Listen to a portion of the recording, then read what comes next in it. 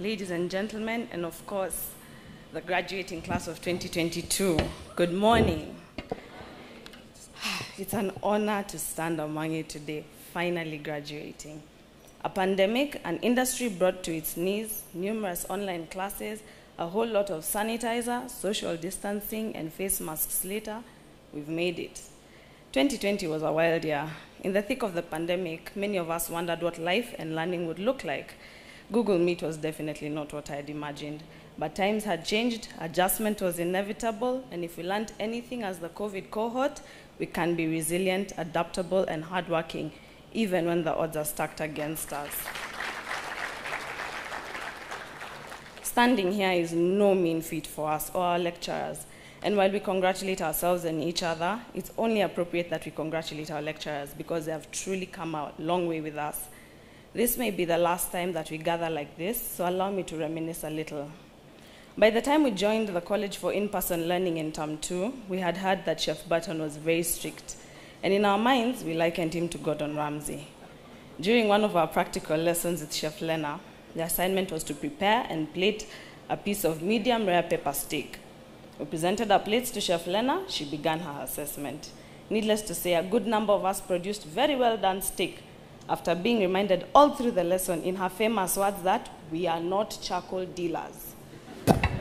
As fate would have it, Chef Button decided to walk into the ISK kitchen at precisely that moment. We were shaking in our safety boots.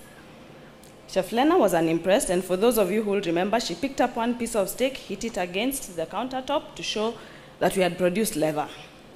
Chef Button remarked that our steaks were well done, and he did not mean we had done a good job. The bar had been set, and we definitely did not want to mess up ever again. Of course, we messed up a few times after that. For those of us who had the pleasure of being taught by Chef Murage, you know that during his class, the goal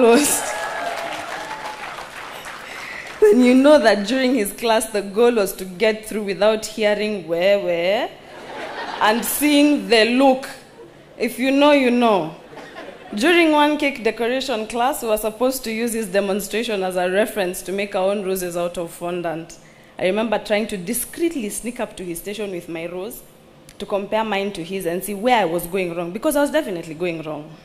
My rose did not look like a rose. As I looked at his model while trying to hide mine, he caught a glimpse of mine and quickly announced to the class, "Na nilisema tunatengeneza roses, sio apple." Once we settled into a new normal, we understood the expectations they had of us. We were not about to forget Mr. Simon's gentle yet firm way of applying necessary pressure on us and encouraging us to push ourselves and do better. During food and beverage service practicals, we'd ask him where to put items, and he would respond and say, "You can put it on my head." That statement communicated everything it needed to about the standards expected of us as hospitality professionals in training. Because of Mr. Wahu, I can confidently say that we know that all cognac is brandy, but not all brandy is very nice. Special thanks to Madame Dora for teaching us that we can laugh at ourselves and have a positive attitude even when doing impossible things such as learning Mandarin. Those Monday morning classes would have been insufferable if it wasn't for her bubbly demeanor. On behalf of Group 1, May 2020 cohort, I want to assure Chef Lena, you're not sending out chefs who will make peppercorn sauce with cooking cream. That was a grave error on our part. It will not happen again. Equally, I guarantee Chef Button that we now prepare Greek moussaka that actually sits on the plate. It doesn't collapse. And we have learned to say chiffonade and not chiffonde. So Chef Lois can sit easy. And for myself and on behalf of all of us tiny people, we are no longer intimidated by the sufurias and muikos that were larger and taller than us in Chef Robert's production kitchen. Shout out to Faith Wairera. We've truly made it, but not quite. When the dust settles and the gowns and the stunning outfits come off, we will ask ourselves the inevitable question, what next? It's not lost on me that our industry was one of, if not the most affected industry globally by the pandemic.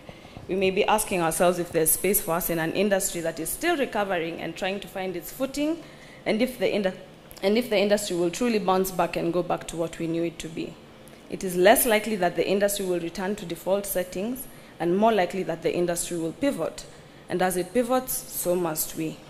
In the face of food insecurity, climate change, increased costs of living, and most recently, the IMF and World Bank warnings of an impending global recession, it may seem like all is lost, we are doomed, and there is no hope for us. As important as it is to be pragmatic, I want to be hopeful. I want to believe that it is indeed our time, and we will thrive, even in adversity.